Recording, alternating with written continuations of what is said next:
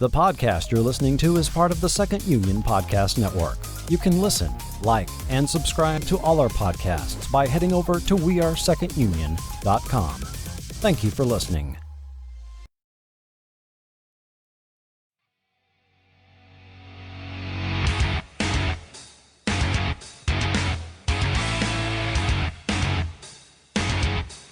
Welcome to the X-Perts, your exceptional guides for all things X-Men.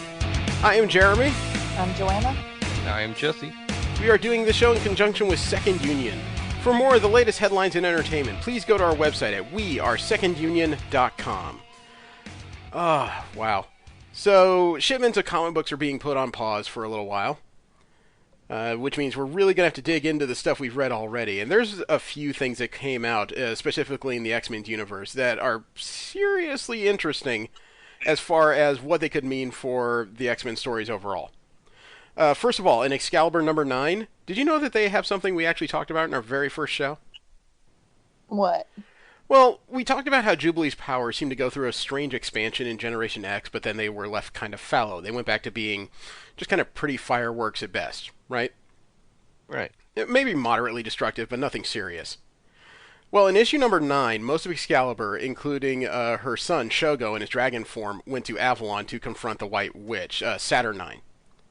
Mm-hmm. And she led some of her acolytes, who are these white Wiccans who seem to manifest their powers via singing, very bright lights.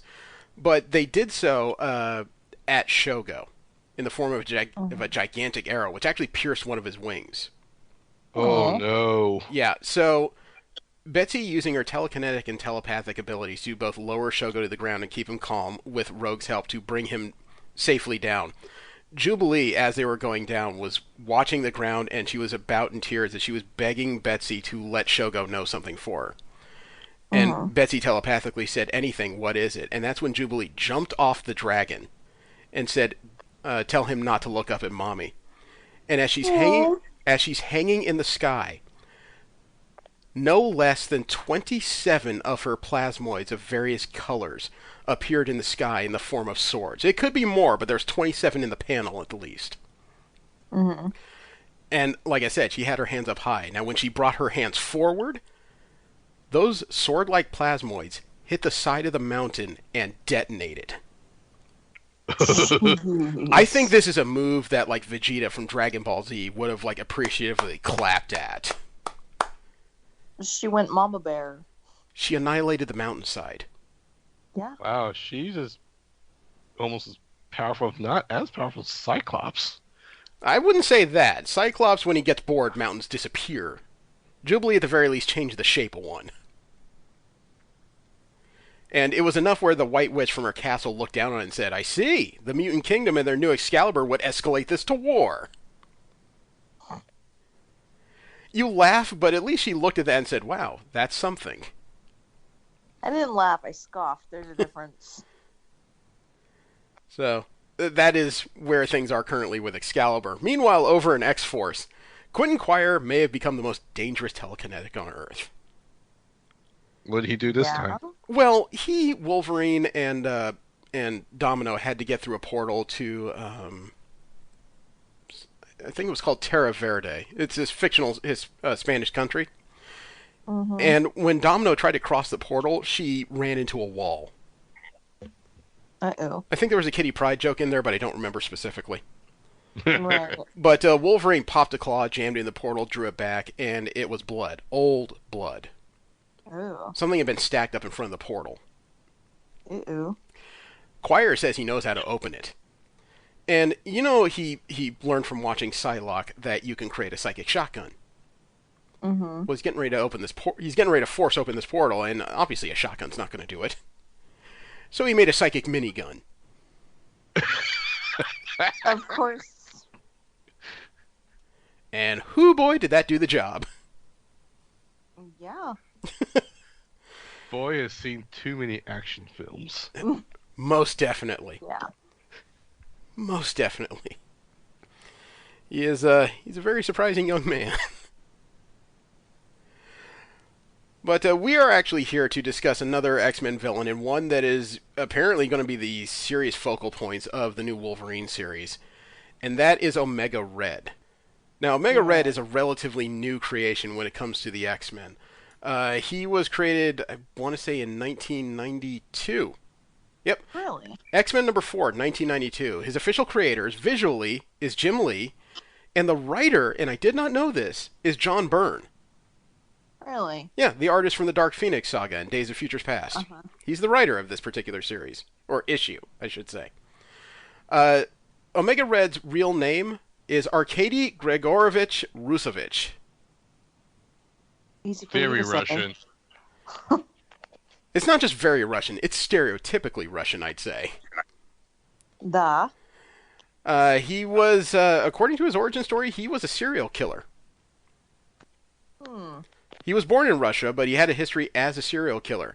He was actually captured by an Interpol agent and turned over to the KGB, who wanted to experiment on him and see if they could create a super soldier. Yeah, Omega Red's history is a little more intertwined with the X-Men than you think. That Interpol agent that captured him, his name is Sean Cassidy. Jesse? Really? Yeah. The Banshee. I forgot that the Banshee used to be a cop. I seriously forgot. Anyway, the Super Soldier project over in Russia was supposed to be their answer to Captain America. Instead, they get Omega Red. I mean, you already have Red Guardian. I don't know why you need this on top of it. More specifically, evidently, Omega Red's inborn ability is a sort of death touch. He can draw down mutant energy from different beings into himself via this weird pheromonal transfer, more or less. The process that the Russians did to him added these carbonadium coils to the interior of his body that snake out through the bottom of his wrists. You know, almost like those octopus tentacles you see in like animation and video games in the character. The problem is that carbonadium, A, is the Russian answer to adamantium, and it is not as strong, but it is highly effective. The central problem, though, is that the carbonadium is poisoning Omega Red's body. Oh. So he's always looking for something called the carbonadium synthesizer, which is supposed to offset the damage this is doing. So this creates a serious need for him to use his death touch and energy draining abilities on a regular basis to keep himself alive. Yeah, wow. It is a serious... I knew he needed this carbonadium synthesizer for something, but it was never terribly well explained why he needed it. But it is a necessary object, so maybe he can stop killing people on the regular to survive. Okay? Uh-huh. The problem is, the carbonadium synthesizer was originally stolen by 3 people known as Team X. Team X at this point was a pre-X-Men, pre-Alpha Flight, pre-Mutants in General version of Wolverine, Sabretooth, and Maverick. Really? Yeah. They stole it during their final mission together as Team X. They were also attempting to rescue a double agent known as Janice Hollenbeck in the 1960s. So it's because of the theft of the carbonadium synthesizer by these 3 that Omega Red has a bit of a personal beef with all 3 of these people. It had been hinted in various points that both Sabretooth and Maverick might have known where it went. But, no, Wolverine knows where it is, of course. I mean, why wouldn't he, right? In the past of the Soviet government, they decided Omega Red was too unpredictable and treacherous to be a reliable agent, so they put him in cryogenic suspended animation until they could figure out some way to control him. So communism fell in Russia in 1991, and his pod was found, purchased, and Omega Red was revived by Matsuo Surabaya. Surabaya led a renegade faction of ninjas called the Hand. Oh, wonderful. This is not the first time Surabaya has gotten involved in mutant affairs. The prior time was when he found an unknown British woman and swapped her mind with that of his Japanese assassin, Kwanon. Oh. Surabaya is the reason why, for a while, Betsy Braddock was Japanese. So Surabaya is not somebody that people enjoy dealing with, as you can imagine. So Surabaya revived Omega Red and made him one of his lieutenants because he led Omega Red to believe that Wolverine knew where the carbonadium synthesizer was. And he let Red track down Wolverine to find him. As a result of this belief, as you can imagine, Omega Red and the X-Men have clashed on more than a few occasions. Mm-hmm. He was wounded once by Psylocke and defeated by the X-Men and Maverick, but Omega Red escaped. After that, Omega Red fought but fell under the control of a character known as the Soul Skinner in Siberia. The Soul Skinner used Omega Red to battle Wolverine and the X-Men, and Omega Red actually subdued the entire team, captured Wolverine and Jubilee, and then he was sent to capture Colossus, which sounds a bit above Omega Red's pay grade, except the fight actually caused Colossus to retreat. So Red evidently has more power than I give him credit for. Yeah. After this, Omega Red eluded capture by Wolverine because Wolverine killed the Soul Skinner. So Omega Red managed to stay out of everybody's hands. After that, Omega Red went up against Chamber from Generation X, the kid who has no chest because of his own psionic energies. Oh. Believe it or not, Chamber's psionic powers were enough to keep Omega Red away from him. And Omega Red subsequently fought Wolverine again. And he proved that he could not be trusted by anybody. He tried to betray the hand just like he did the Soviet government. Omega Red has worked for several neo-communist organizations, and he's also tried to kill a member of the AmeriCorps organization. But he was stopped at that point by Black Widow and Daredevil. Omega Red seems to be a professional crony. He was also employed by a Russian gangster named Ivan Pushkin to incite war between Hydra and AIM, two different terrorist organizations. Why do that? It's not clear why Pushkin wanted this. And I don't know, starting a fight between Hydra and AIM, it sounds like the worst sections of Greece combined with the Raid. I don't know why you'd want this. And imagine the arms race between those two. I mean, it'd basically be cybernetically enhanced hounds versus robotic bees. I don't know. After that, Omega Red was working for a drug lord who was simply known as the General, and was recruited by Sabretooth to attack Wolverine's friends with Lady Deathstrike. Wait, does he have a beef with Sabretooth? You would think so, but Sabretooth evidently promised Omega Red and Deathstrike information on almost every mutant on Earth. But, believe it or not, when they finally track down Wolverine, Red and Lady Deathstrike, right? Mm-hmm. Sabretooth comes in to supposedly gloat, but then grabs Wolverine and Wolverine's ward Amiko and teleports away. He just betrayed Red and Deathstrike right there. He wanted Wolverine and didn't care about the rest. Of course, it's Sabretooth. Yeah. So I don't know what happened to Omega Red in the interceding months and years, but after that, the next time Omega Red is seen, he's a crime lord. He's head of something called the Red Mafia. Of course. And he's pretty much pretending to be a Russian version of the Kingpin. He's a legitimate businessman at this point. Omega Red is still looking for the carbonadium synthesizer. I was going to say, how's he dealing with that problem? Yeah, it's still a problem. In Wolverine Origin 6 and 7, Omega Red finally locates a former member of Team X, Maverick, who is now a depowered mutant. And apparently Maverick is the only person at this point that knows where the carbonadium synthesizer is. So this brings Omega Red back into confrontation with Wolverine, because Wolverine also wants Maverick for the location of the carbonadium synthesizer. Wolverine in the ensuing fight outsmarts Omega Red and puts Omega Red in the custody of S.H.I.E.L.D. Uh-huh. He apparently didn't stay there very long, though, because the Red Room, the Soviet organization that trains its soldiers, or its special soldiers, apparently bought Omega Red's freedom from S.H.I.E.L.D. with the hopes of using Omega Red for their own nefarious ends. Wolverine, Colossus, and Nightcrawler catch up with Omega Red, but by then Red's freed himself from his new masters in the Red Room. And they find out at this point that Omega Red is practically impervious to Wolverine's own adamantium claws. Hmm. How? Why? Evidently because before they caught up with him, the Red Room had been experimenting on Omega Red's body to enhance his healing factor. Uh-huh. Yeah, unfortunately a healing factor doesn't stop you from suffering a severe concussion.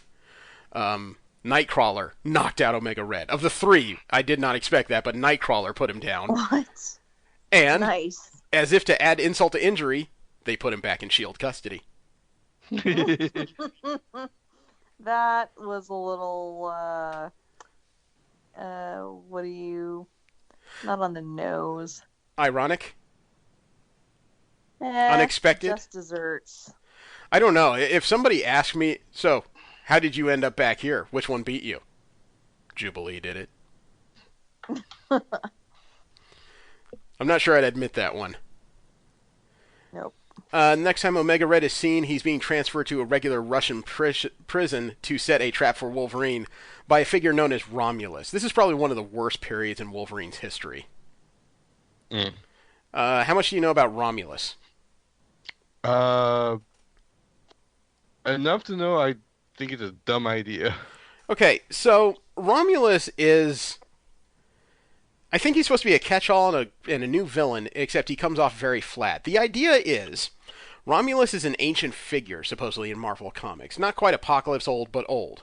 And supposedly, any character in Marvel Comics that has an inborn healing factor is somehow part of Romulus's family tree. And Romulus, apparently, in the storyline, the only way he believes that he can sustain his life is to find and murder all of the people in the Marvel Universe that have a biological healing factor.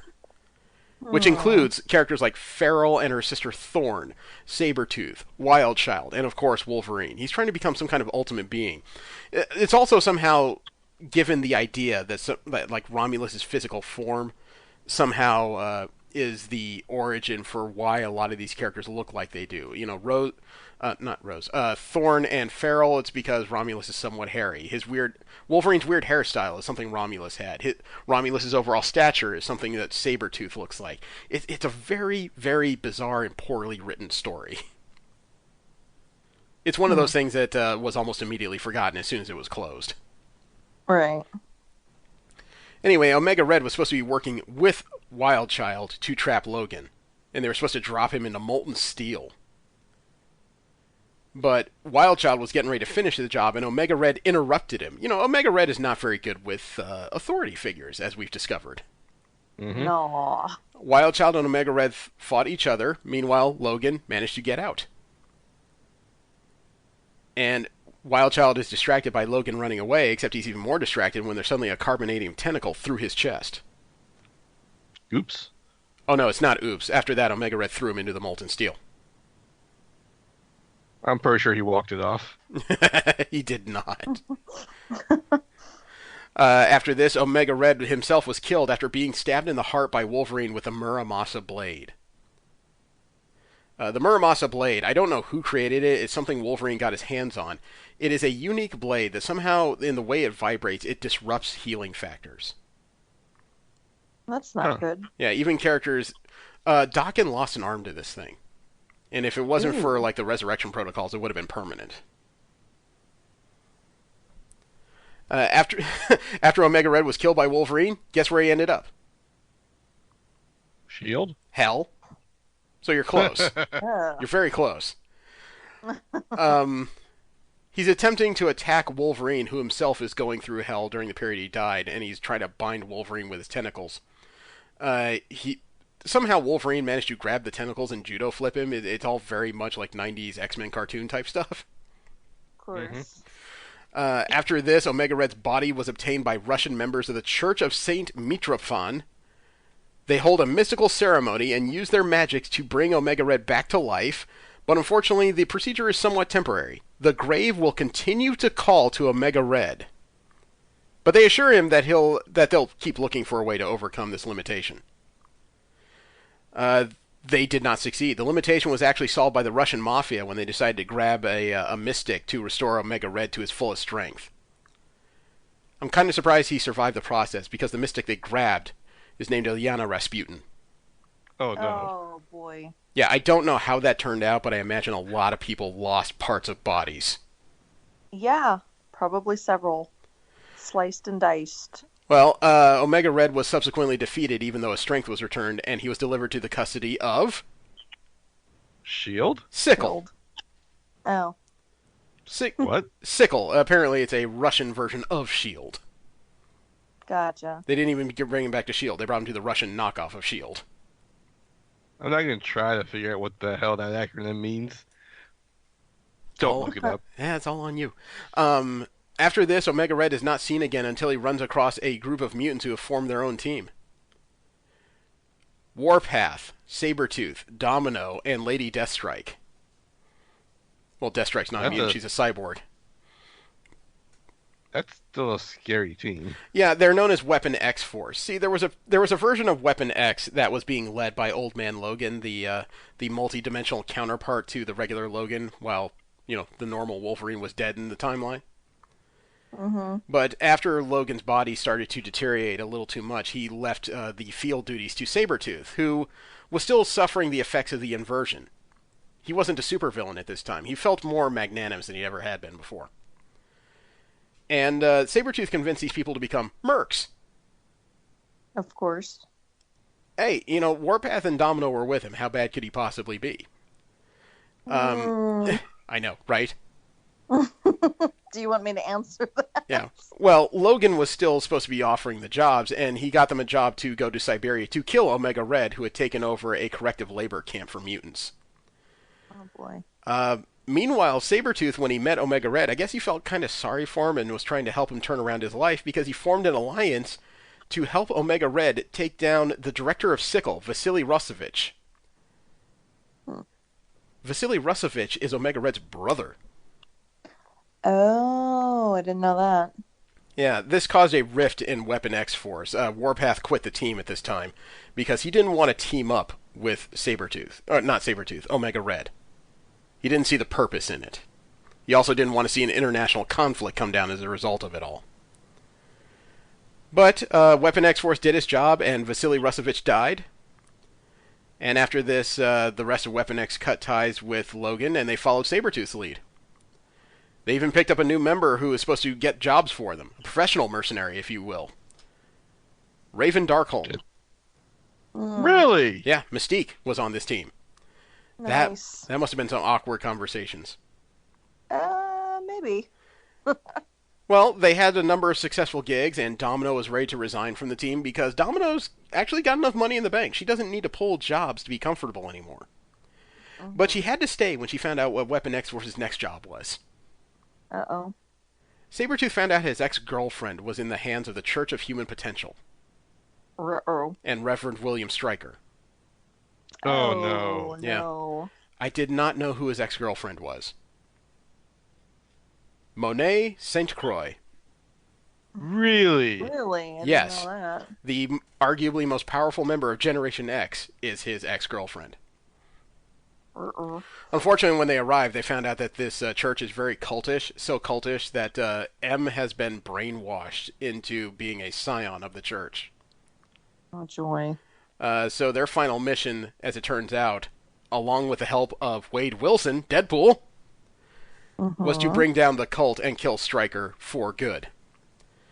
This caused a battle which led the team literally into hell. They were successful at the goal, but unfortunately it came with a price specifically for Sabretooth. He was killed in his battle with an amped-up mutant known as Mentalo, a telepath.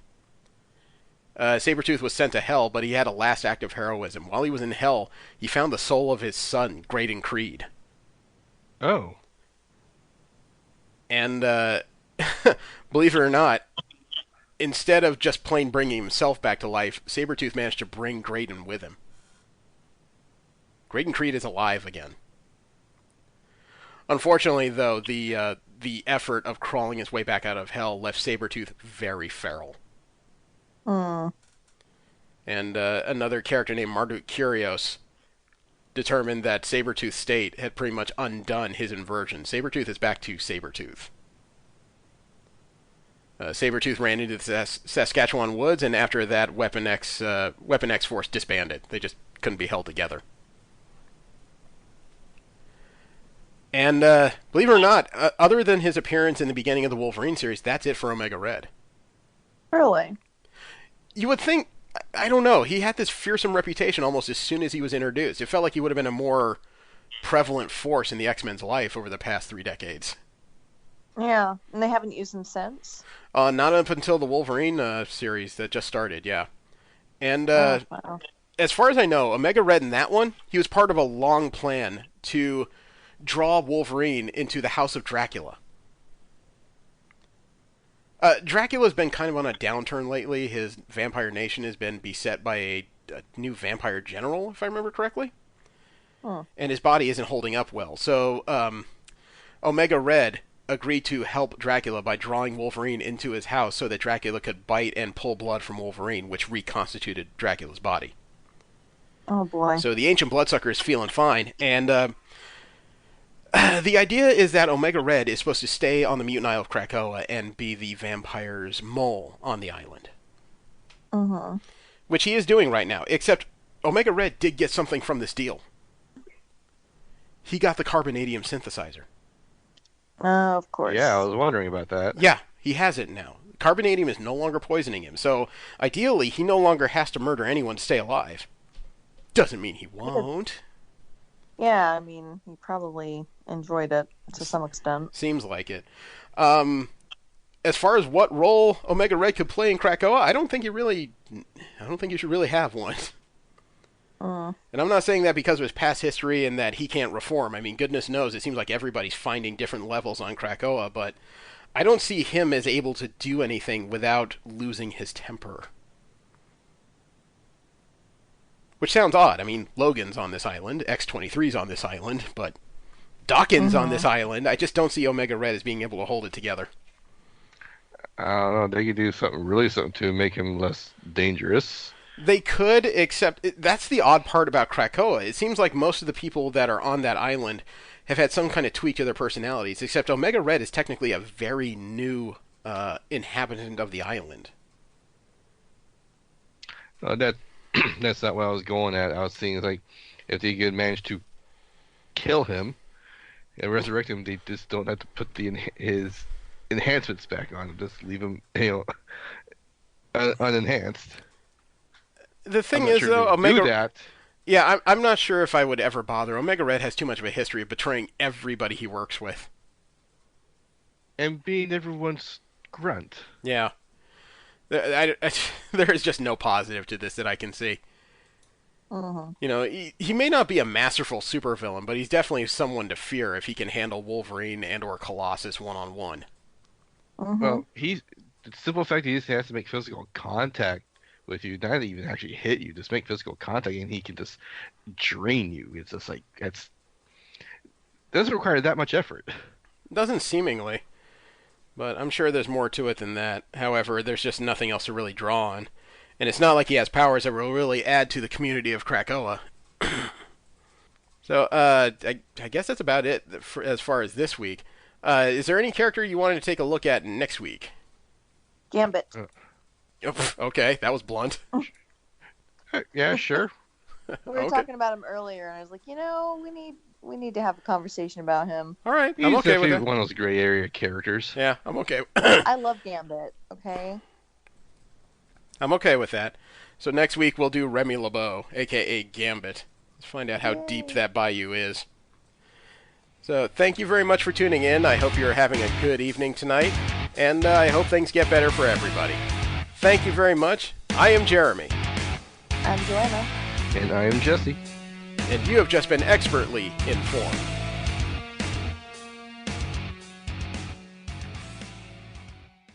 This podcast is part of the Second Union Podcast Network. You can listen, like, and subscribe to all our podcasts by heading over to wearesecondunion.com. Thank you for listening.